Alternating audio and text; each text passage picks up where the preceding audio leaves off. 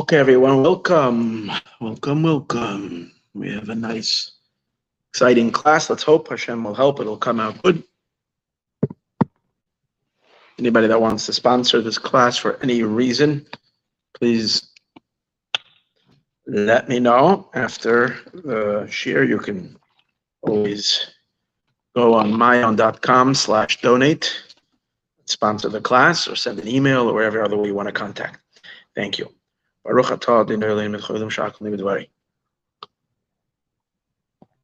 So this week is Parshas Chukas, and it's the Shabbos.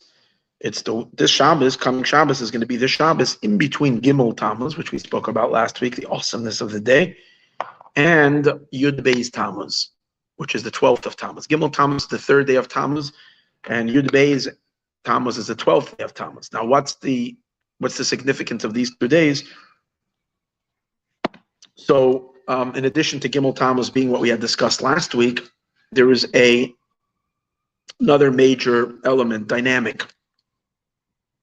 The previous Chabad Rebbe, Rabbi Yosef Yitzchak, sixth Chabad Rebbe, was arrested in 1927 by the Bolsheviks, in Soviet Russia, for his work in spreading Judaism. He was running a massive Jewish operation education system.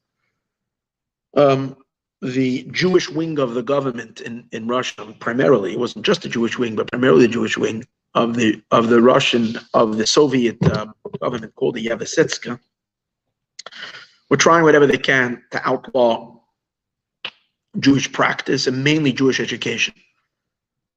The previous Chabad Rebbe was countering them, and as much as they were trying to shut down and force all the Jewish children into the local schools where they can be brainwashed, literally, and eradicating, which they wanted to chase God out of the schools in many ways, like they've been trying to do in the United States of America.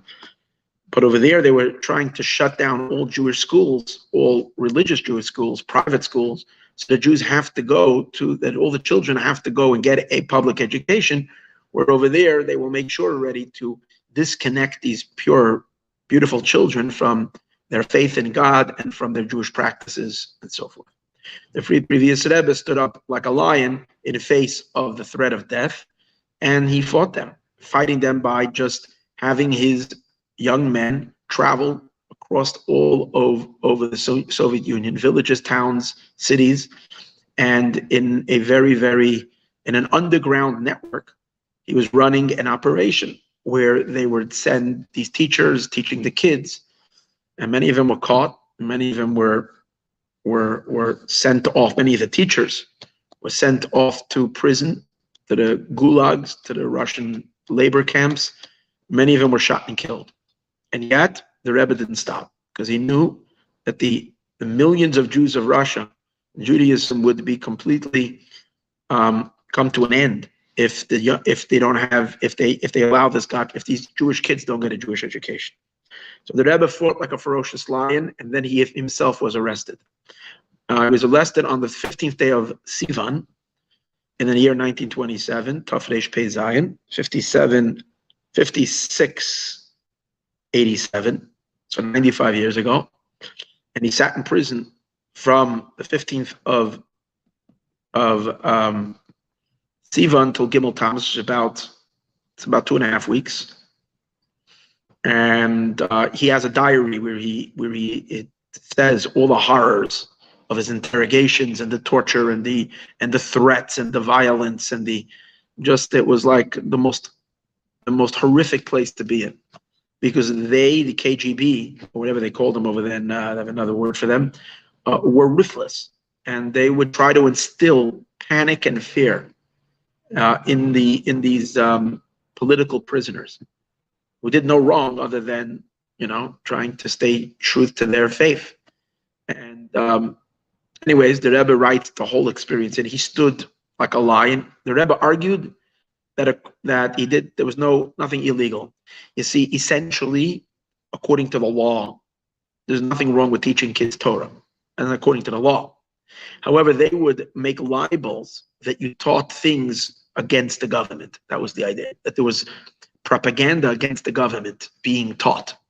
But obviously it was all libels. But according to there's nothing officially in the Russian thing that would be an anti-religious thing, because the Soviets didn't want to come across that they're oppressing people's freedoms, and even though they did that, but they didn't want to at least openly do that. So he did his arguments, was a back and forth, and finally, after 2 weeks, they sent on the third day of Tammuz, when the Friediger Rebbe was sent off to punishment for 3 years in exile. He was sent off. He was on a train station, spoke to the Hasidim. He left. And when he finally got to this place called Kostroma, I don't know how long the train ride was, a day or two, I'm not exactly sure. But a week later, on the Rebbe's birthday, Yud Beis Tammuz, is the 12th day of Tammuz, is the previous Rebbe's birthday himself, which, on a birthday is a very powerful day. On that day itself, they gave him papers and they said he's free to go completely. And then, and they didn't give him the papers on that day. They notified him that day that he was being liberated. And on the next day, on the 13th of Tammuz, they actually handed him his release. And the Rebbe left the Kostroma, this exile town, came back to St. Petersburg, spent a few months there until it became just too dangerous or whatever. The Russians didn't want him there either. And the Rebbe left Russia. And then he moved. He was in Poland for 10 years. He did a trip to America, did a trip to Israel, but he was primarily set up shop. He spent some time in Riga in Latvia. Then he came to Warsaw, and he was there for a nice couple of years. And when World War II broke out, the Rebbe escaped with his family, and he came to New York City, and that's where he established Chabad headquarters, World Chabad headquarters in 770 Eastern Parkway. Then a year later, his son-in-law, who was back in Europe, our Rebbe, joined him. And then after the Friediger Rebbe spent 10 years with his son-in-law here in America, laying the groundwork for Chabad outreach in the United States of America, he passed away, the Rebbe took over, and the rest is history. And Chabad exploded all over the world, and it is what it is. So as a result of that, these 2 days are considered great holidays in the Chabad world. Gimel Tammuz is a holiday because the Rebbe that day was released from jail where they were keeping him. And the jail was, as we said earlier, was a place of interrogations, of torture, of who knows what. And there was always a threat of death looming on him, because initially in the jail, they had sentenced him to be killed. Then, after his sentence to be killed, they reversed the sentence and changed it for 10 years in a labor camp. Then they reversed that as well, and they gave him 3 years of exile. So just by when he actually left the door, the doors of the prison swung open, and he left the doors and he was sent to exile. Exile is bad, but it's not anywhere as close as being in prison. And there's a certain level of freedom that he had. He has to just be in a certain town. He can't leave that town. And he has to come in or once a week or once a month to sign that he didn't leave, that kind of thing. It's a miserable place, and obviously the purpose of it was to disconnect him from the whole network. He was the leader, he was the general, he was the whole running of the show. And by that, they figured they'll be able to cut off the head from the whole operation, and they would hopefully the whole underground movement would die out. But obviously, they're not the ones who calls the shots. God calls the shots, and God provided an awesome miracle. The Rebbe was freed, and then when the Rebbe went out of Russia and he was in Poland, and then from America, he continued running the network through spies, through a whole hidden network.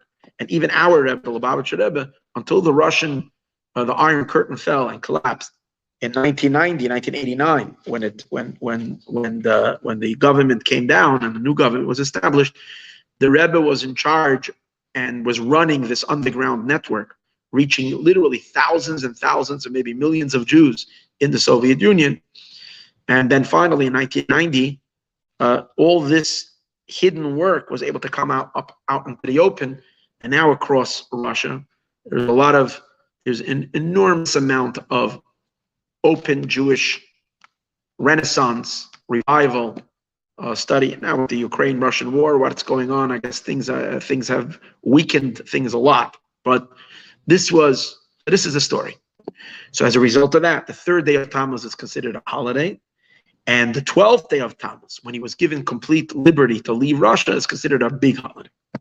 I want to read to you a letter that the previous Rebbe writes on the first anniversary, or he didn't write it on the anniversary, but he wrote it in honor of his upcoming first anniversary of his liberation. So this is in the previous Rebbe's volume of letters. There is, I think, 13 volumes, maybe 14 volumes of letters, just letters that he sent that we have. From our Rebbe, there's about 35 volumes or close to 40 volumes of letters. But from the previous Rebbe, we have 14 volumes of letters, I think. This is in the second volume, page 80. So he sends a letter out to all Chabad Hasidim. But not just the Chabad Hasidim, he sends it out to all those who cherish Torah. Basically, he's sending a letter to the Jewish people. Those who study Torah, and when did he write the letter? On the anniversary of the day of his arrest. In other words, the Rebbe doesn't see the miracle beginning when he was liberated. He sees the miracle beginning in the day of his arrest. Even though he went through hellish suffering. For the rest of his life, he suffered terribly, physically, from what he went through in those 2.5 weeks when they brutally treated him. They threw him down the staircase. He was like, steel staircase. Who knows what else they did. It was terrible. But yet he defeated them. But he sees already his going into jail already as the beginning of that process of a exile or a darkness for the sake of light, for the sake of a greater miracle. So this letter is written on the first anniversary in 1928 of the 15th of Tafresh Peiches, 5788.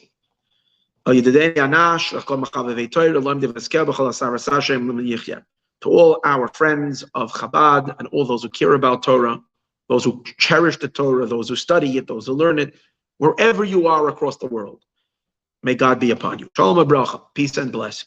This is the anniversary of the day that I was arrested. They incarcerated me in the prison notorious prison called Shpolerny, near Leningrad, which is in the city of Leningrad. The Rebbe gives an exactly place where he was held. He was held in the 6th division, room number 160. That was the room where he was, his prison cell. It happened on Wednesday night, in Parsha Shalach, on the 15th day of Sivan, Tafresh Pei Zayin, 5687. Vishamu Nisi, and over there they tortured me, they inflicted me, or I was inflicted. Ad Yom Rishon, until Sunday. Let's say them. Now it's interesting. They really wanted to release the Rebbe already on Shabbos, but the Rebbe refused to leave the prison on Shabbos.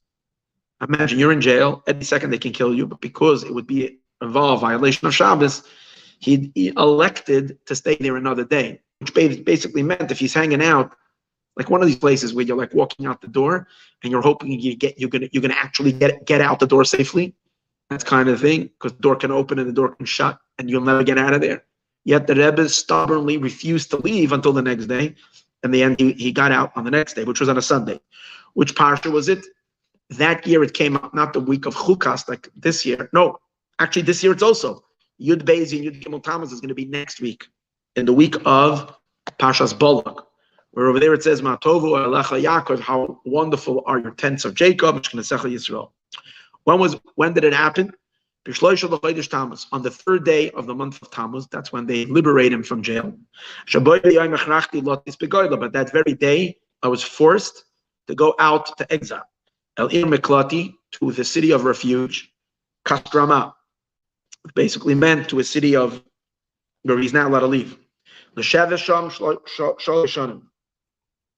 And my exile was to be kept 3 years. Everybody knows clearly. Everybody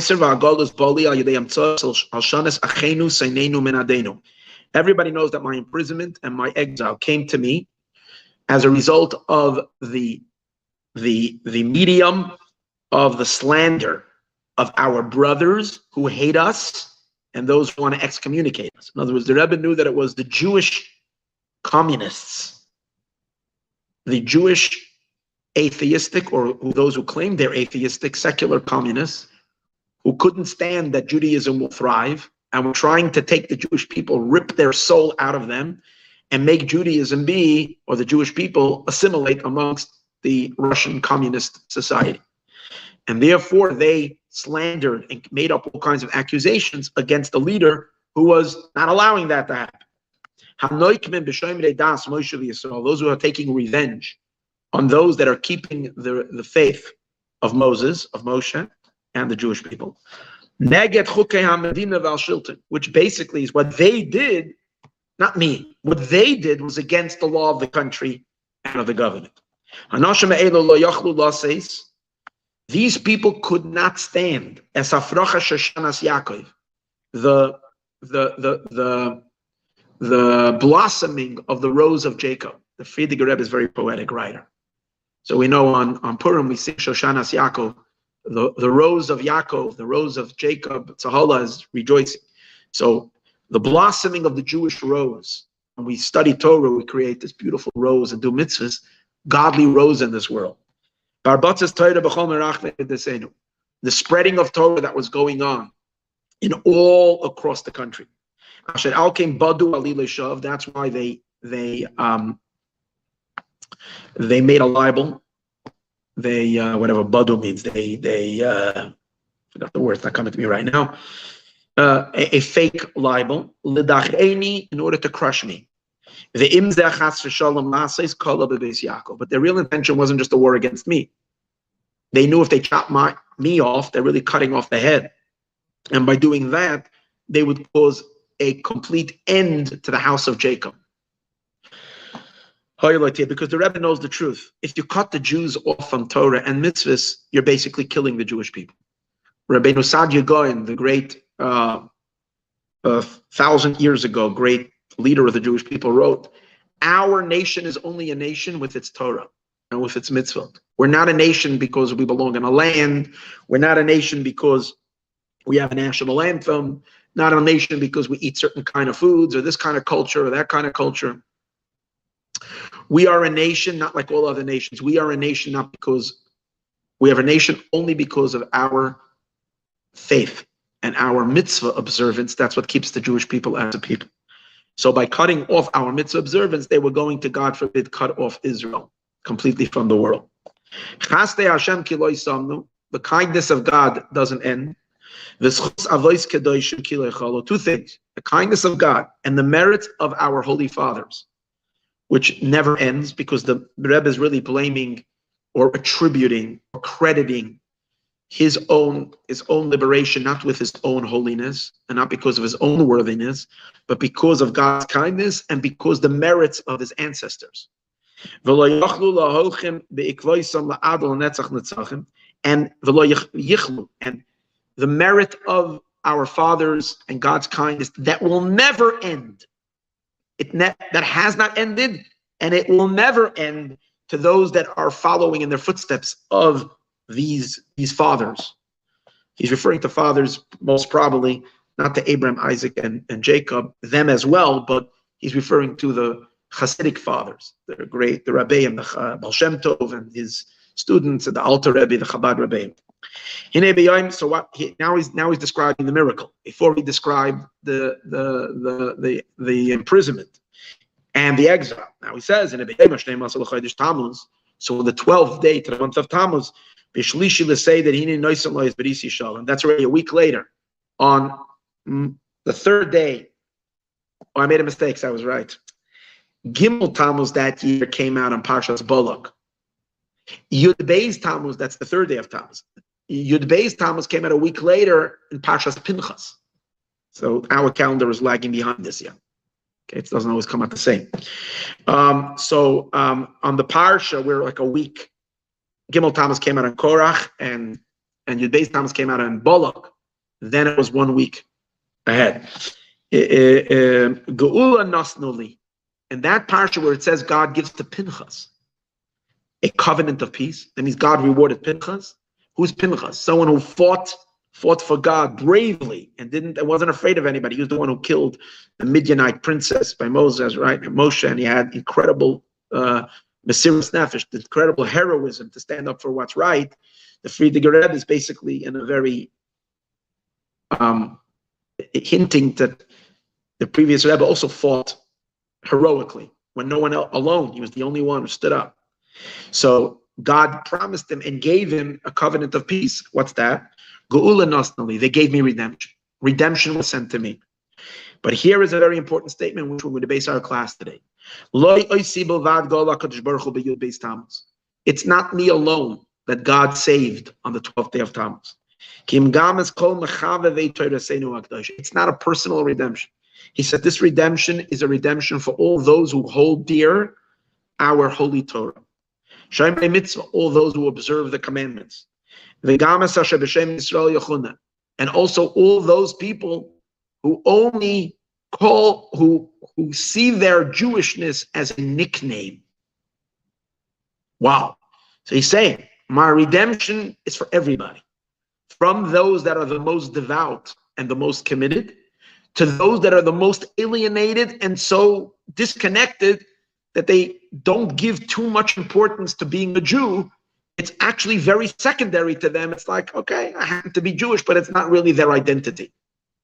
And even those people who only who we call them Jewish, but there's nothing in their life that's Jewish, even for them, this day is a holiday. It's a redemption for them as well. Now, you'll say, what's the connection? These people don't care much about Judaism. Actually, some of these people arrested the Rebbe. They were the ones who arrested him. And yet he says it's a redemption for them as well. He says because what you see on the outside is not what's going on the inside. Even those who claim to be very indifferent to being Jewish, that's their proclaiming, or that's their consciousness. But that's not who they really are if you dig a little deeper. If you dig into their soul, you find out that they too as well identify very deeply with being Jewish and are very strong believers in God, even though externally they might argue to the opposite, that they're atheists or what do they call it, agnostics or whatever it is. The Rebbe is really saying, look at these words, not considering their matziv, their aprati, their level of observance, their particular state. His heart is always sincere with God and His Torah. And therefore, even those who might be still disconnected, they are also part of this. For them, it's also a holiday. He's basically saying it's really a holiday for all of Israel. Now I'm just going to tell you something. I was thinking to say this later in the class, but I'm saying it now because it's so precious, and I'm scared I'm going to forget to say it. Today, I read in one of the previous Rebbe's talks on Purim, unrelated to this at all. I got an answer from the Rebbe to learn a certain mimer. I was on my way back from San Francisco. I went to speak there, and I wanted to see if I have a message to me, and I opened up randomly one of the Rebbe's letters on my phone. This stuff gives me chills, mamish chills. And I read there, he's writing to someone that you should learn the mimer of Purim, 57, Tafshin Aleph, which is 1941. Learn my father-in-law's discourse and the Sikha related to it. So my natural response to that was, okay, there's nothing over here that seems to be talking to me, so goodbye. But then I said, what do you mean? Maybe he's telling me to learn that. So I actually did that yesterday, and I learned that discourse. And I got goosebumps because the previous Rebbe is describing me. I'm not going to say all the nice things he says over there. He's describing all the things that I need to fix. Okay, so I'm not going to share that. I'm not even going to teach the mimer because then you'll know what I know that I have to fix. So that literally, it was like I couldn't believe it. He's taught, whatever. Maybe one day, after I fix all these things, I'll come back and I'll share with you. But if he was ever talking about someone, he's talking exactly to the fellow who's giving the class right now. So I saw from the Rebbe that the Rebbe learned that mimer. So that I learned yesterday, and he addressed like so many different aspects of like where I'm confused or where I'm struggling with. It was like spectacular. It's like the godly revelation that happens from these letters. But then he also said to learn the Sikha. So today I learned the mimer and the Sikha. So what the difference between a mimer and a Sikha, I'm not going to go into. But today I learned it was a Purim, and it's so beautiful. It's so beautiful. That talk. But over there, the previous Rebbe relates something so magnificent. He says, in my 40 years of dealing with public public, in communal work, I've come across every type of Jew. He says from the extreme right wing to extreme left wing people, extreme communists, extreme religious to extreme apostates and non-believers. The Friedrich Rebbe that I've seen them all, I've met them all, every type. From the most sincere, simplistic Jew who believes everything to those that are full of questions and those that are, everybody, he says. And in those, meaning all these types of people. And what I can tell you is that the merit of our fathers and the certain Jewish light that's there in our soul, he says, is in everybody. And he says the biggest proof, it's beautiful, he says the biggest proof is that when you're having a conversation with someone who's completely laughing from religion and from observance and makes fun of it and says claims that he has absolutely no belief. If in the course of the conversation you mention to him something about his ancestor, his grandfather, or his town, they suddenly become very serious and they say, "Oh, my great grandfather. Oh, he was the rabbi over there. He was my uncle. He was he published a Jewish work, a sefer like this." So why are you getting so excited about something that you yourself believe is rubbish? You yourself believe is so. He says, but you will see that every single one of them. He's talking about 50, 60 years ago, that when they're talking about their ancestry, there's a certain inner pride and there's something like lights up in their eyes, which the Friedrich Rebbe says. So you see clearly that even if it's unbeknown to them, they're so identified. Their identity is so much their Jewish identity. See, you can't hide it from me, the Rebbe says. I see it all over you. I see your godly spark written all over you. So that's what he's saying over here. It's for everybody. And that's the content of today's talk. So now we continue with the letter. He says today is the 12th day of the month of Tammuz. So the Friedrich Rebbe on the first anniversary is establishing, this is 2 weeks before he's going to reach the anniversary of the actual liberation, or actually it's almost a month before. He's saying that the day of the 12th of Tammuz should be celebrated as a day of, it's a chag, it's a holiday. Geulas oiske habatas Torah. It's a holiday for who? It's a redemption for those who work in spreading Torah. Because on that day, on the 12th of Tammuz, it became revealed to the eyes of everybody, for the whole world to see, that the great work that I have done in spreading Torah and strengthening Judaism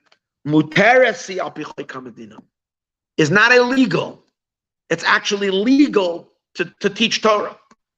And therefore it liberated all people who want to spread Torah, but they're afraid to do so because of government restriction. It clarified that it's not illegal. Which the government gives rights, rights of freedom, the Shomrei Das, to those who are religious. The Rebbe is saying that the Rebbe is obviously the Rebbe is living in Soviet Russia. He knows the persecution to the Jewish people. But the Rebbe is arguing that all that is illegal. Based on the laws of the country, religious people and non-religious people are all free to live their lives. All this persecution is because of people who want to distort the laws of the country and create this, and therefore bring all kinds of libels and against these. And the way it worked in the Russian jails, that you didn't have to have, there was no real court cases with real evidence. Everything was done in the cellars of the KGB's offices. They had tribunals that sentenced people to death on nothing, based on false documents, forgery, and all kinds of stuff. They didn't need anything. And also tortured confessions. That's what they did. They tortured people so terribly until they confessed. Once they confessed, they forced them to sign. You signed, and then they will send them off to Siberia for 20 years. You know how the Russians work. But again, they forced them to state anti-Soviet activity, which is outside of the religious thing, or the religion itself. And teaching Torah was not. There's nowhere in the Russian books where that says you're not allowed to. So the Rebbe says, today, however, it became known to everybody that this is permitted. And therefore, today, that the light of the merit of Torah of the public, he says the bright light of Torah dispersed the heavy clouds of darkness and false libels. The light dispersed the darkness. It is fitting l'kavod to set this day in the Jewish calendar for all time. L'yom zvadus, for a day of gathering together. The hisoidus, an awakening, b'chizuk haTorah v'yahadus, in strengthening Torah and strengthening Judaism. B'chol asar v'asar, every country and every place. Knows how you will strengthen Judaism and Jewish values and Jewish practice in your city, in your place. Well, you got to work every place according to what is needed in that place, right? But the day itself, the energy is that we should strengthen Judaism, and that people should also help out Jews who are left in Russia, who are still under the oppression. We should bless them. The Rebbe is saying that during these Farbrengens, we know that during the Farbrengen, when people, a Farbrengen is a gathering where people get together, you have a little l'chaim, which means you drink a little alcoholic beverage. I don't have to explain it. A little whiskey, a little thing, and you say l'chaim. You make a blessing. You eat some pickles and herring and crackers. You speak words of inspiration and stories. And you sing songs, deep Hasidic. It's very powerful. And God is present at these gatherings because they have a very pure and inner energy of unity. And during that time, if you make a blessing, and the Rebbe says you should utilize those gatherings to bless the Jews that are in Russia. And by us blessing them, that will empower them. That Hashem should, what's the blessing? That Hashem should strengthen their heart and the hearts of their children to remain Jewish all through their alienation period. And this is one of the biggest miracles, that 70 years of communist total cutoff of Judaism in Russia, and yet Judaism is so flourishing all across Russia. It's unbelievable. So this is the Rebbe says we should bless them. That this should continue. And also that these wicked ones, these evildoers, should not be able to oppress them anymore. That should be part of the blessing. And basically, this is the idea, and he gives it then a blessing. The letter goes on, but this is the main idea. So the Rebbe is establishing the day as a day of a Yom Tov. It's a holiday for all the Jewish people. So this is the letter from the Rabbi Yosef Yitzchak, the sixth Chabad Rebbe. And then this Rebbe, Rabbi Yosef Yitzchak, passed away 23 years later, or 20 exactly after he wrote this letter, 22 years later, in 1950. So this letter was written in 1928, 1950. The previous Rebbe passes away 22 years later, and his son-in-law takes over. In 1988, the Rebbe gave a talk on this coming Shabbos, and it was exactly the same Shabbos like this year. The dates were exactly like this year. Shabbos was the 10th day of Tammuz, between Gimel Tammuz, which is the 3rd day of Tammuz, and the 12th of Tammuz. So on this Shabbos, the Rebbe gave a talk. And the Rebbe is explaining the cosmic significance of the previous Rebbe's liberation. And he's explaining that it's why, the main idea that he's coming to explain, why does my father-in-law say that his private liberation is a holiday, is a public holiday for all the Jewish people? Now, to say it's a holiday for those that are engaged in public work and communal work to spreading Judaism, we can understand, because they're in the same line of work as the Rebbe. So when the Rebbe, the previous Rebbe, who who was like the major network, who was the leader of the major network of spreading Judaism. When we say spreading Judaism, we mean spreading Judaism not to the non-Jewish world. We're talking about spreading Judaism to Jews, for Jews to be more observant. The Rebbe later introduced that spreading work, that work of teaching, has to spread globally outside of the Jewish people. Not teaching mitzvot of the Torah, but teaching the 7 Noahide laws to apply to all of humanity. But that was already the next stage that the Rebbe introduced. So this work, so we can understand, people that are engaged in that same kind of work, that experience setbacks and experience all kinds of difficulties and hardships coming from within and from without.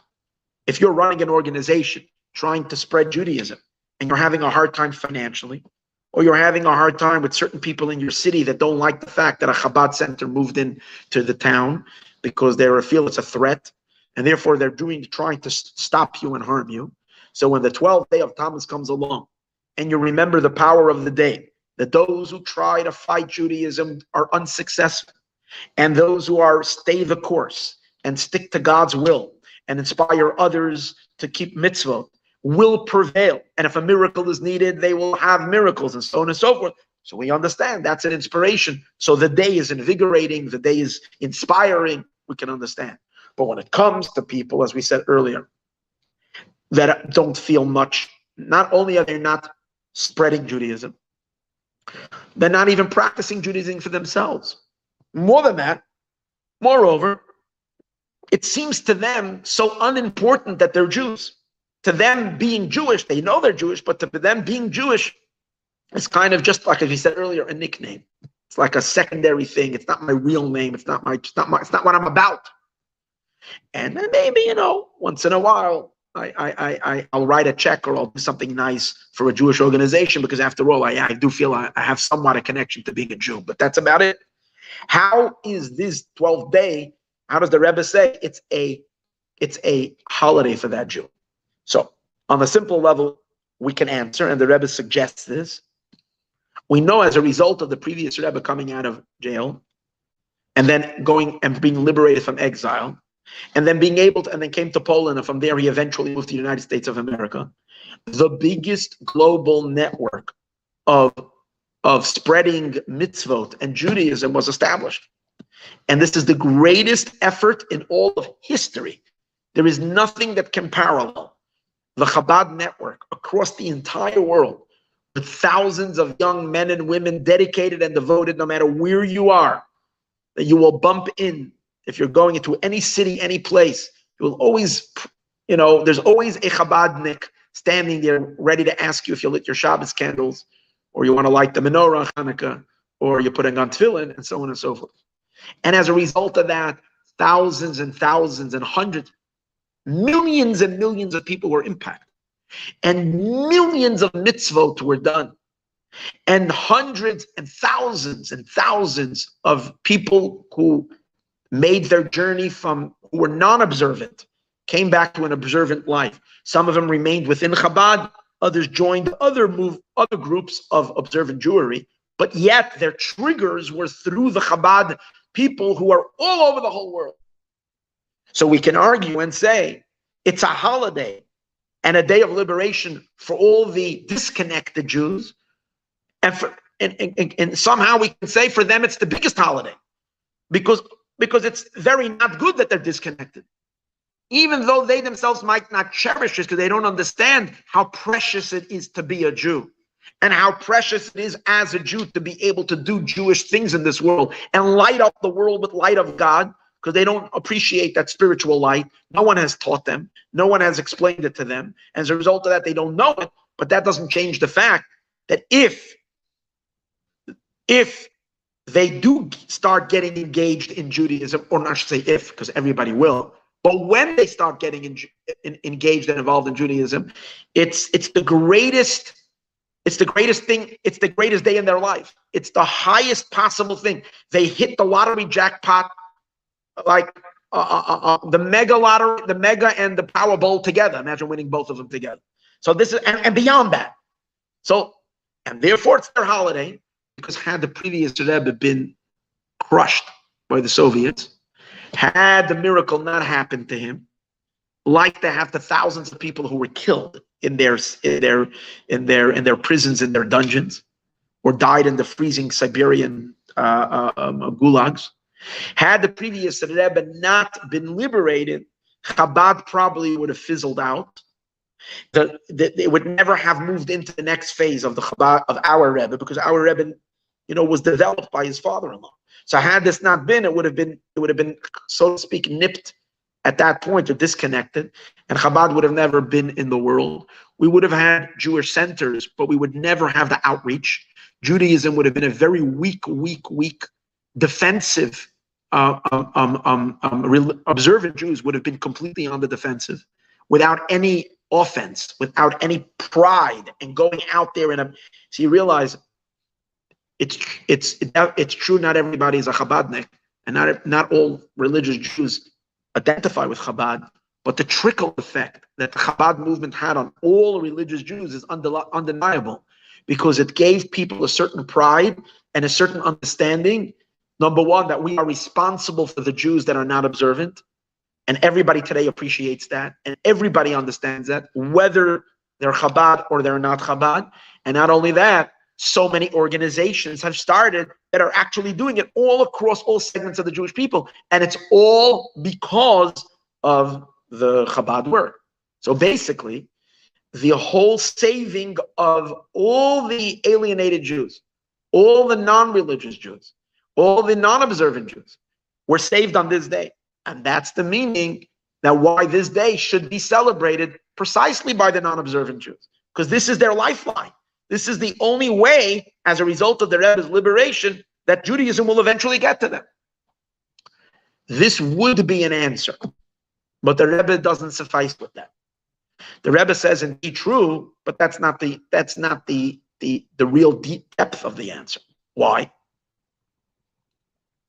That means that they were impacted as the long-term consequences of the previous Rebbe coming out of jail.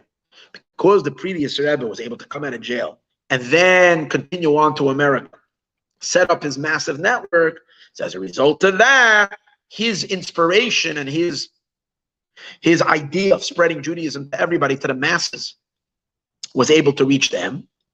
And as a result of that, they benefit from it. So then the liberation of the previous Rebbe doesn't directly influence them, but indirectly. It's consequently, as a result of you take it a few steps, you see, of course, the same Judaism. But the Rebbe says, from what my father-in-law was saying, that the day itself, his liberation itself, is impacting, is the day of it's a Chag HaGeula, it's a holiday of redemption for all of the Jewish people. It must be that at the time that it happened itself, it sent shockwaves, or it impacted everybody, all of the Jewish people. Now, why? First of all, many Jews didn't even hear about it. Yes, it was public news, and a lot of Jews that were tuning in, especially religious Jews, were very excited about it, because everybody knew that the previous Rebbe is fighting the fight for all the Jewish people. But those who were involved in other things and couldn't care less about Judaism didn't even hear about it. And even if they heard about it, didn't care much about it. So how in the world is this their holiday? And what's the impact of the Rebbe's liberation to them? So the Rebbe gives a stunning talk on it. And he explains this cosmic significance of the holiday. And he connects it, of course, to the Parshas Chukas. So let's begin a moment with the Parsha, and from the Parsha we will explain it. Chukas means the statue. Parshas Chukas is the Parsha of, which means it says Zois Chukas HaTorah. This is the statutes of the Torah, which is referring to the mitzvah of the red heifer. That if there is any kind of contact with death, which creates spiritual defilement, so the only way that defilement can leave a person is if they get sprinkled with a special godly concoction, if you could say, a certain recipe that Hashem says has to be prepared, by taking a red heifer, burning it down to ashes, and then taking those ashes and mixing it with spring water. You sprinkle the water on a person on the third day and on the seventh day, and then the person is removed. That impurity goes away from the person, and you're considered healed from the connection, from coming into contact with death. We're not going to talk about that mitzvah now. We're going to talk about the name of the parsha. And the Torah refers to this mitzvah as the statute of the Torah, chukas. The word chukah generally means a rule that is beyond reason. It's not a logical idea. There are mitzvot that you can appreciate with logic. You can appreciate them, they make sense. There are those mitzvot that we realize they're super rational. They're God's will. From all the mitzvahs that are super rational, the mitzvah of the red heifer is the most outside of logic, of any kind of logic. And that's why the Torah says this is the law, the statute of the Torah. Do it because I said so. Fine. In Hasidic discussion, in literature, it explains that the concept of chukah, which means a statue that's beyond reason, is also related to the word engraving. And the two are related. We might get to it and we might not get to it. Something called engraving. What's the idea of engraving? The idea of chukah represents engraved Judaism. That's the idea. Engraved Judaism. As opposed to written Judaism. As a Jew, we engage in godliness. We engage in godly activity. The godly activity that we do, the mitzvot that we do, the prayer that we say, the Torah that we study, the kindness that we perpetuate, all the Jewish things that we do within the world could be connected to us in a way that they are inscribed on our soul. We write them all over ourselves, which means, obviously you're not writing the mitzvahs, but it means that your relationship with these activities or these ideas or these projects are all like the relationship of the written letters are connecting to the parchment in which they are written on. So when letters are written on parchment, the idea of that is that the ink, which is the substance of the letter, is not of the same material as the thing that's carrying the letter. The base that's carrying the letter, which is the parchment or the paper, the ink, which is the letter, are two things. They're two things that merge into one or are attached to each other. However, the very idea that it's possible to take some strong chemical or whatever it is and put it on that parchment, first of all, just to take water and erase. And if that doesn't work, you take hot water. And if that doesn't make, you take a little bleach or something strong, and those chemicals will go into the ink and remove the ink off the parchment until you can get a blank parchment. And maybe there'll be a trace of the letters, maybe there won't even be a trace of the letters. If you have a very strong solution that can remove it completely. So that would mean that they're not really one. However, when you take a stone and you carve out letters, over here, the letter and the stone have become completely one because they haven't become one. The stone is the letter and the letter is the stone. It's not two things that are connected to each other. So the question becomes, when we say chukah, it refers to being Jewish in a manner where the Jewish things that you're doing are engraved in your psyche. What does it mean it's engraved? It's not something you're doing because you like it, because you love it, because it's meaningful, because you're expecting some kind of a reward for doing it. Then it and you are separable. It's possible for you to do it. It's possible if you're not to do it. You choose to do it. Why am I doing it? Why am I putting on the tefillin? Why am I keeping the Shabbat? Why am I lighting the Shabbos candles? Why am I giving charity? Why am I honoring my parents? Why am I whatever, all the other men? Why am I eating matzah? Why am I participating in a Seder or listening to the Megillah on Purim or whatever else that I'm doing? Why am I doing all these things? Because it makes me feel good. Because I know that if I do these things, I will get rewarded. I will get, spiritual reward or whatever the reason is. Or it happens to be meaningful to me or whatever it is. But we're talking about something, that's all written letters. Written means you're connecting to it because it's nice, it's wonderful, it's good, or there's some kind of a benefit you plan on getting from it. But as we know in our lives, that there are so many things that are beneficial to us or exciting to us or attract our attention, and we do them, and we can maybe do them for a month, a year, 3 months, 6 months. But then how many things do we look in our lives that we were once into and then we don't do it anymore? Some of them regret that we're not doing it anymore. Some of them we don't care about that we're not doing them anymore, even though they were so meaningful to us and so precious to us at a certain time in our life. And that is because these things are things you've attached yourself to. They're not you, they're attachments. And anything that becomes attached can become unattached and disattached, or whatever you'll call it. However, then there are certain things that express your true identity. That's who you are at your core of your very being.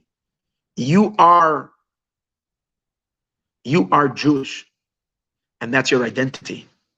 And because Judaism is your identity, that's why everything Jewish is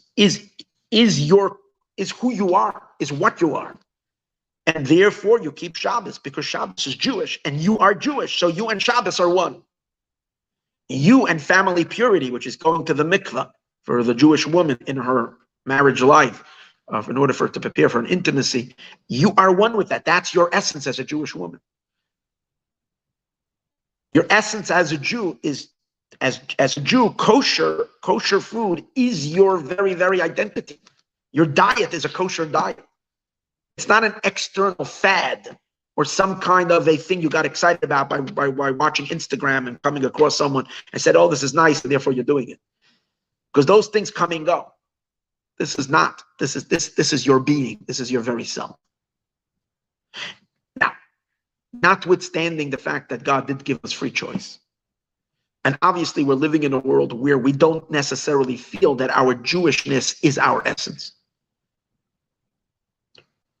And that is due to the fact that our soul, that is one with God, and therefore one with mitzvot, with all the 613 commandments, our soul is perfectly one with God and one with His Torah, but our soul is not necessarily fully expressed and revealed in our body. Because in order for our soul to first make its way into a body, it first wraps itself in a dark consciousness called the animal soul.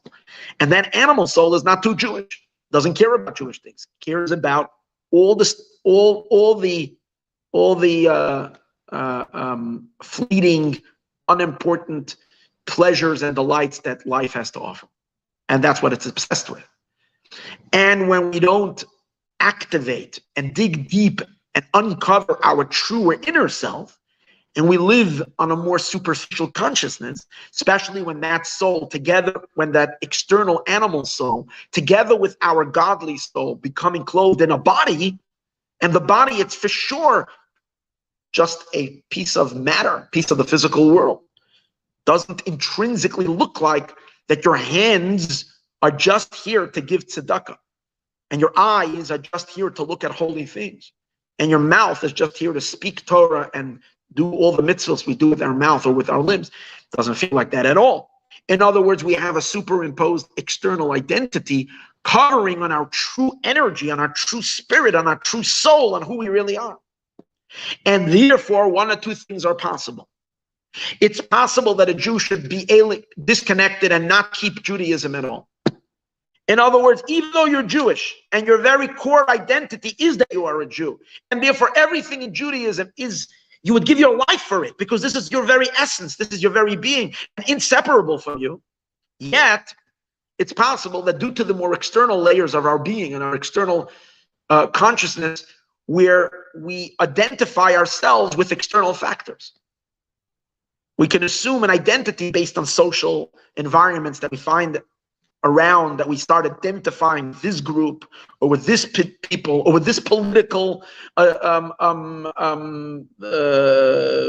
circle or political idea, or with that kind of a thing, that we assume certain identities, to the point that it's possible that we become so, that a person can become so unaware even, sadly, in many cases, born in an environment where their Jewish identity is never, their soul identity, their true identity is not nurtured and not brought out to the surface. And therefore, they can live their entire life, maybe knowing they're Jewish, but couldn't care one iota about it.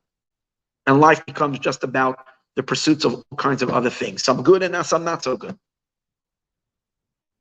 That's one thing that can happen.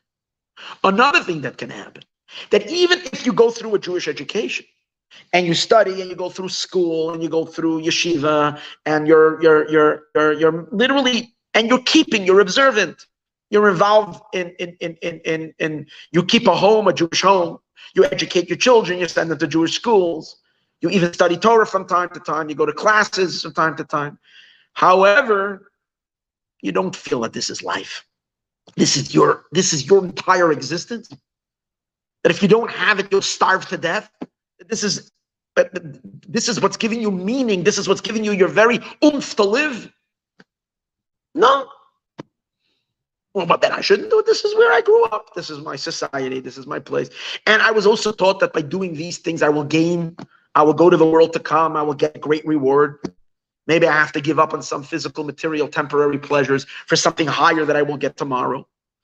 But again, you're living in a state of consciousness where it's up to me. I can choose it or not choose it. I want to, I don't want to. It's not my identity. I'm a human being. That's who I am. At my core, I'm not a Jew. I'm a human being. I'm an American. I live in America. Whatever it is. I'm a Republican. I'm a Democrat. I'm a liberal. I'm a conservative. Whatever it is. I'm an animal rights activist. I'm a vegan. I'm a this. I don't know. Whatever it is that a person, decides their identity is and identifies with and sees themselves connected to. And even though they're keeping mitzvot. So what does that mean? The observance of the mitzvah is not a reflection of their essence. It's an external attachment. And even if you're doing it every day, it can still be an external attachment. That's called written Torah. It's Torah. You would be considered the parchment. All the godly things you do would be the letters, and those holy letters are written all over you. But it's not you. Chukas means God is saying, let's get much deeper than that. Let's get much deeper than that. You really, really want to know the truth? You are a godly being. Your soul is me. And I express myself, my will, my wisdom, my inner will, which is totally one with me, is expressed in the Torah. And being that you're a piece of me, a piece of my DNA, your very existence is the Torah. Torah, therefore, is your life. Shabbos is your life. Mikveh is your life. This is your identity. This is who you are. And therefore, you don't need a reason to do it. You don't need a reason to be yourself. That's why also engraved letters, Chukas, which means engraved, is also indicative of the mitzvah that doesn't have a reason. When do you need a reason? When you are to engage in something that's not you, why should I do it? But to be you need a reason. Quite on the contrary, being you is what you want to be. You want to express your true identity. So Chukas represents that idea of Judaism, essential Judaism, organic Judaism. Obviously, what is that? In our personal lives, one only reaches this level of connection as a result of a certain level of maturity in Judaism. We start off on the external levels. Even if we come from very observant homes and we're doing everything, we start off seeing Judaism as some kind of program that we're in. But the more and deeper, the more we study, the more we understand, the more we connect, you can see it in a relationship. Let's understand in a relationship. In a relationship, whenever you get into a relationship in marriage, for instance, you find someone you love very much, you decide to get married, you care about the person. But in your early stages of a relationship, it's always, tit for tat. What am I giving you? What am I getting? I'm thinking of what I'm getting from it. When a couple is married for 20, 30, 40 years, and they truly respect each other and honor each other, and they have a decent marriage, and hopefully a good, prosperous marriage, at a certain point, they realize how essentially connected they are, how each other is their identity. and how I simply cannot be without you. Not the thrill of romance and all that. That's of course there, but that's not it. It's that you are my life. You know, the idea that I don't care, that I shouldn't care about you it's so foreign to me. I cannot upset you. I can't. You are me. They reach, and we hope all of our marriages reach that point. That's why Judaism really teaches that a true marriage is one with two halves of one soul, because we really are one being connected at the rib, meaning we are really one who appear to be two. And as we get married, we journey together to a level of this connection where we become actually one entity. One can, sadly, you know, it's sadly, but it's beautiful. Sometimes you have stories where you have couples that lived, you know, there's once in a while you see a news story. You have a couple who were married for 60, 70 years, and then one fell ill, and the other falls ill right after that, and then one dies, and within a few hours, there's stories like that, where both passed away in COVID, they had stories like that. Both died together. Not that they did anything, they just one couldn't live without the other. You're not here, I'm not here. My life is you, you are me, and I am you. And that's the concept of chukah. That's the concept of being engraved. Now, here's the thing. Every single one of us has a level of engravement in our core, in our hearts of hearts. At the core of our being, our soul and God are one. And because our soul and God is one, on that level, our commitment to Torah and our commitment to mitzvahs is like an engraved letter, where the letters, which are these observances, or these, are one with who you are. However, that could remain at the core of your being, at your in a level where you're not even conscious of. And on the more external, behavioral or conscious human being, on the more regular self in which we know ourselves, we might not even feel it, know it. And we can be, and our practical state of existence can be either, like we spoke earlier, either that we're not, God forbid, there is no observance at all. And one who has the greatest gift of being a Jew doesn't even know that they're Jewish or doesn't care about it. Or even if we, as we spoke earlier, are Jewish and are observant and so on and so forth, but it feels like an external type of thing, that you're a program that you're doing and connecting to because of whatever reasons, but not because it's who you are.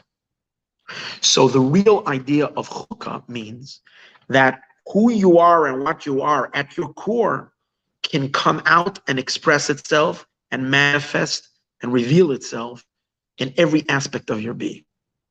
In daily life, in day-to-day activity, it would be like a couple. You might say that there's a certain point in a person's marriage where you can, one day you're outside and you had like a very beautiful day together, and you're alone, and you're under the stars, and you have a very romantic moment, in a sense, and a very deep moment, a mature moment, and you appreciate how deeply connected you are with your spouse, how much you love her and she loves you, and so on and so forth. And that's beautiful. But it's a whole different level when every time you go and you bring your wife a cup of coffee, or every time she cooks dinner for you, or every time you run an errand and she asks you to please go, or we'll come from work, please stop off in the cleaners, you can sense that oneness, that this is who you are as a husband, this is your identity. I'm married to so-and-so, and in the little errands that we are doing, you feel the entire depth of the connection. Because you're in touch with this on a level of identity. And the same, of course, as with our children. There are times that we feel this connection, at times we don't. But when you work on being a parent and you open yourself up to understanding and appreciating your relationship with your children, you can start appreciating in the tiny little things that you're doing, that you see your identity. This is my child, and I love you, and you're me, and everything I do for you is coming from that place. And you're conscious of it. You bring it out into your consciousness. So the Rebbe then says as follows. He says the idea of the 12th of Tammuz, the holiday of the 12th of Tammuz, when my father-in-law was liberated from prison, was that until, let's say the story, what happened. Going back to the story. The previous Rebbe the Judaism wasn't a threat in the early 1920s. Jews were becoming very, very, very disconnected from Judaism. That was taking place all over Europe.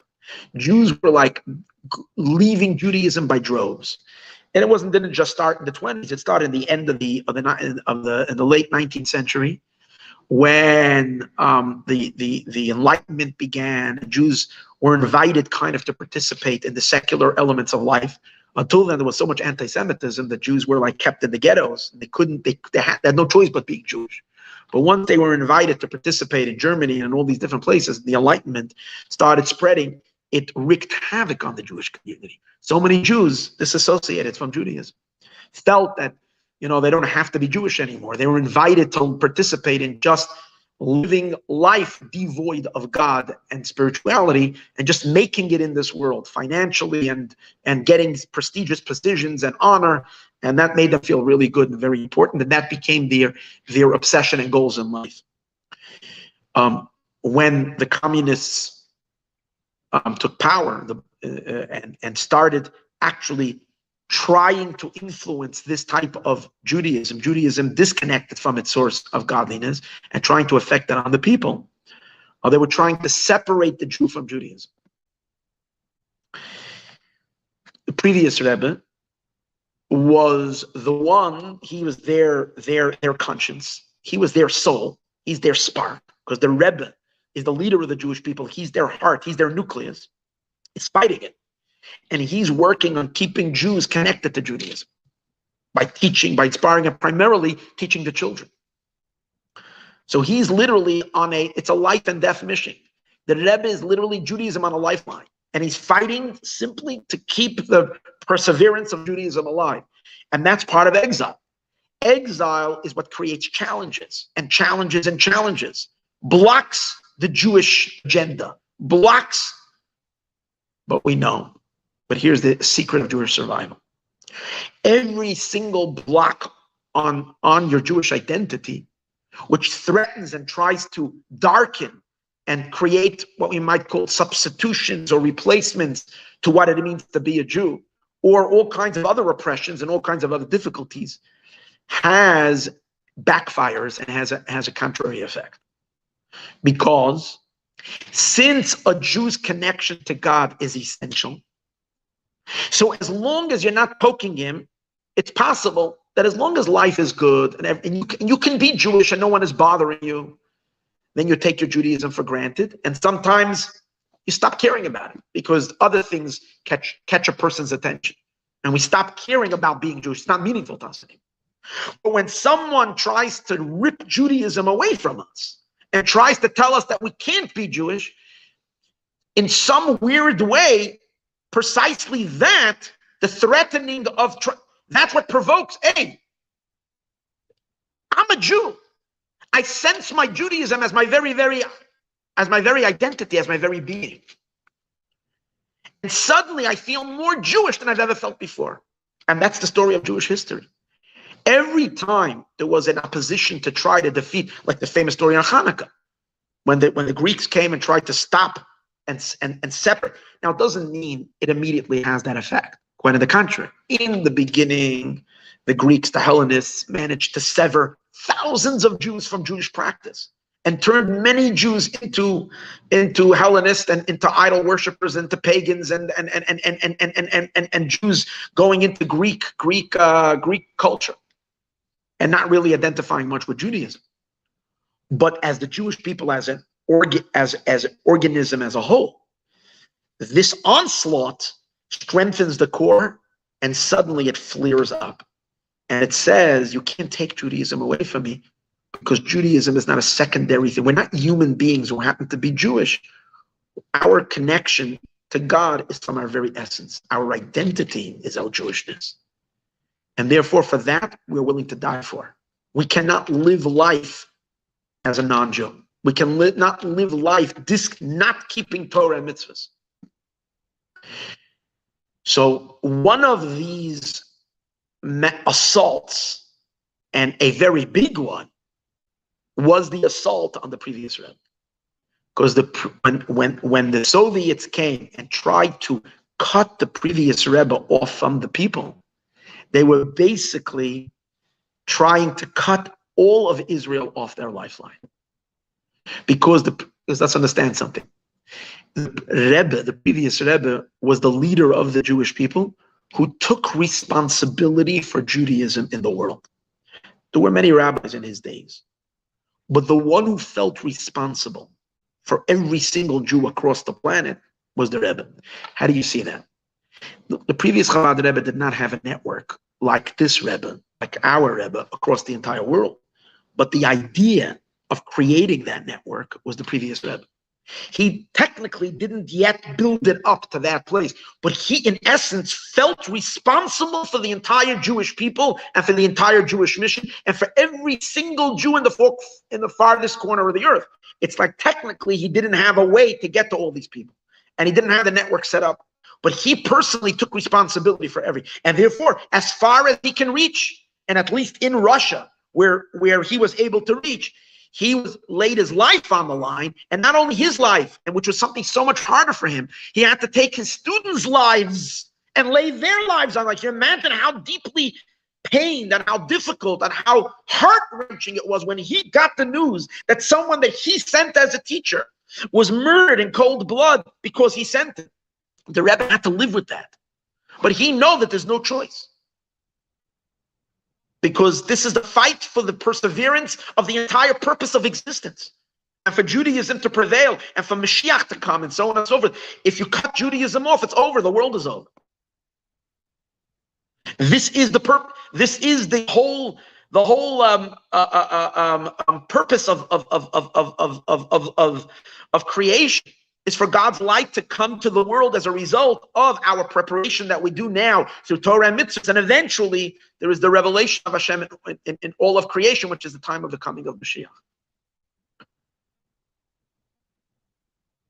So the Rebbe is that deepest core. He lives, his soul is at that nucleus where it cannot be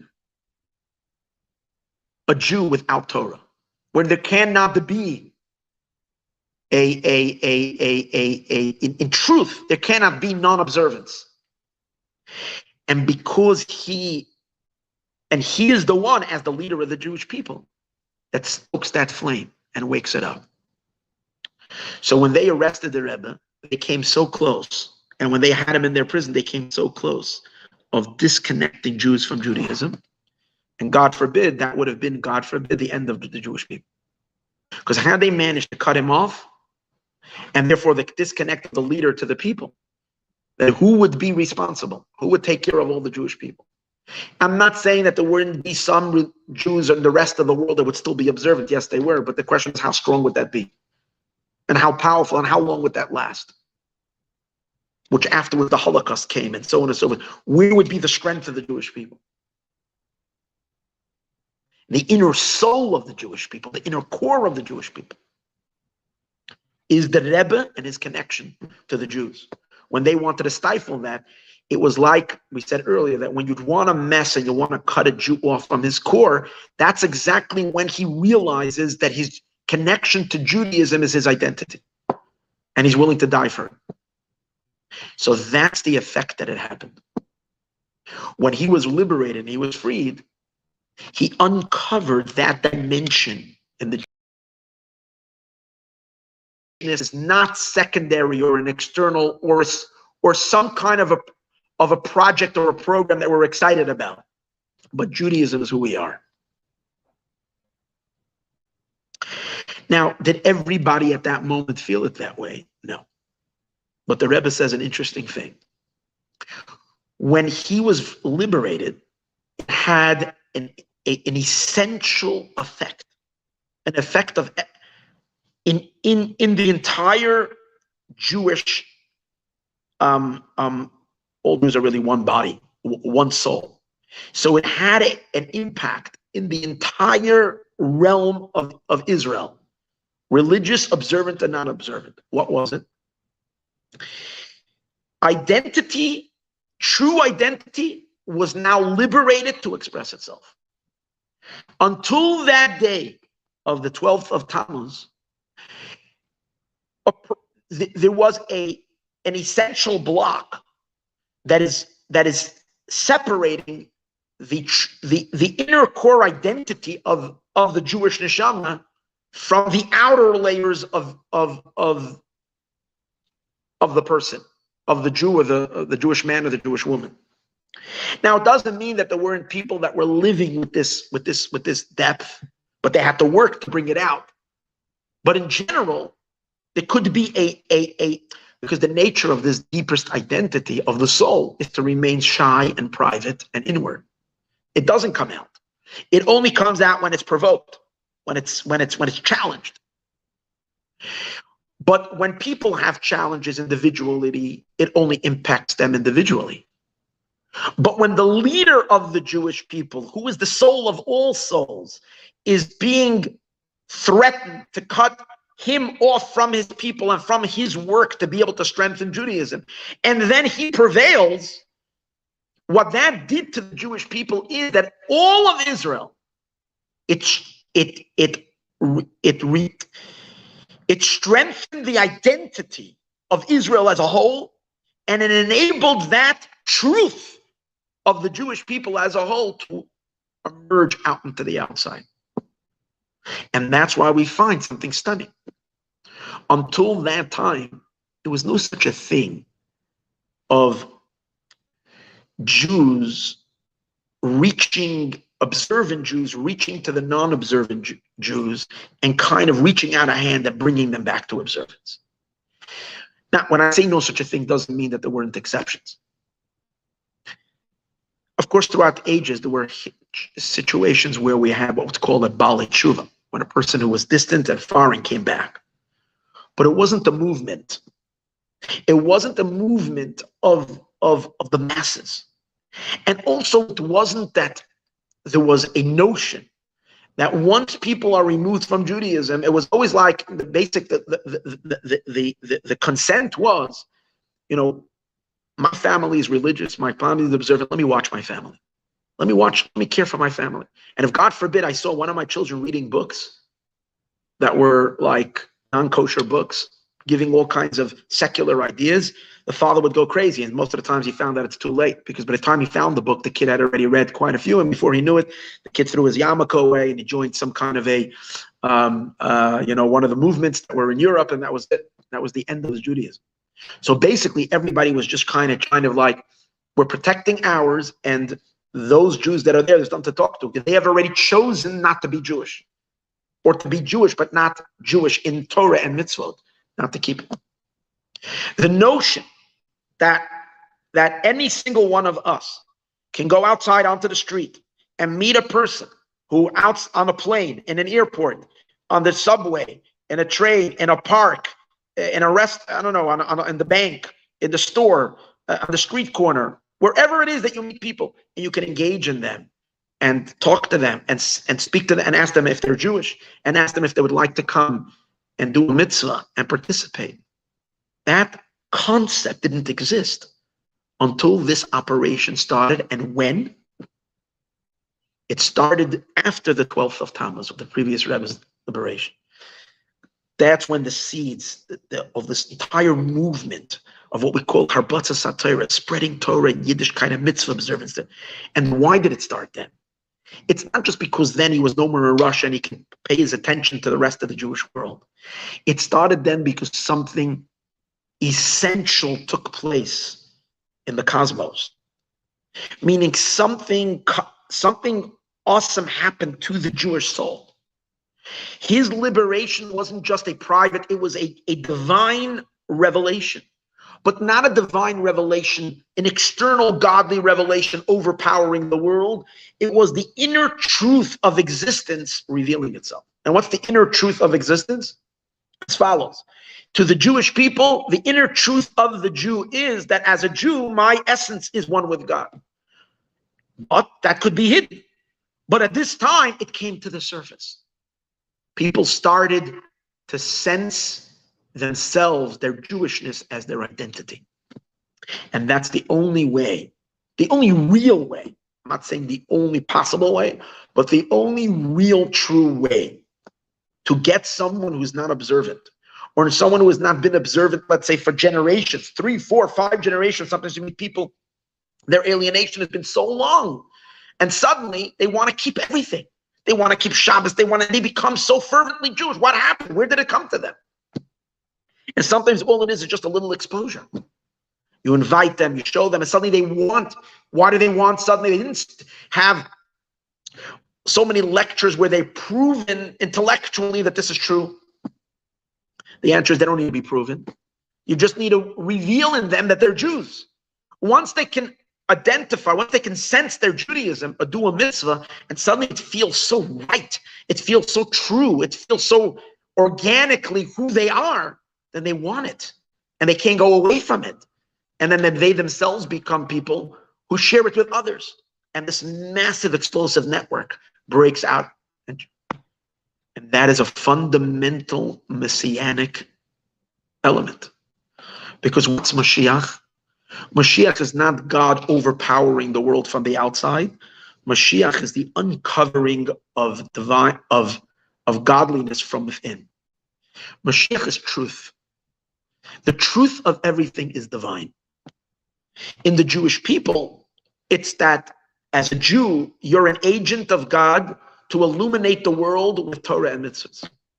But in the rest of the world, every creature and every being and every non-Jew is also a human being that is here to live and express something godly in the world through the 7 Noahide laws, not through the 613 commandments. So it's a different type of light and it's a different type of communication, but that's the truth of every existence. And what's the truth of all of matter? And what's the truth of every culture? And what's the truth of every language? And what's the truth of every movement and every phenomenon, every existence within the world? Its ultimate truth is that God created it for some kind of a divine purpose. When Mashiach comes, the world identifies with its divine essence. And that's why when Mashiach comes, our compliance with God's will is going to be so, I'm using the word organic the whole time, it's something like that, so much who we are. It's so not going to feel like a superimposed power, like some king in Israel who is like somehow a major miracle worker and he's imposing on all of humanity to behave in a certain way. It's going to be so natural to the world, so inviting, because essence revealed. But in order for essence to be revealed in the rest of the world, it has to first be revealed within the Jewish people. Because the Jewish people are the soul of creation. As the essence emerges within the soul, it eventually reaches outward into the rest of creation and into the rest of the world. And this is the phenomenal idea, the Rebbe says, happened on the 12th day of Tammuz. And because it's the last redemption, so to speak, before the ultimate redemption, which is the coming of Mashiach. And when Mashiach will come, every Jew will identify with being Jewish. There won't be one person who will hold on to their secular identity and say, I am not observant, I'm not religious. Everybody will be observant and everybody will be engaged. Everybody will be. Why will everybody? Why do we say no Jew will be left behind? Everybody will participate. Even those who you wouldn't believe it are so seeming to be so opposed or indifferent or couldn't care less and assimilated.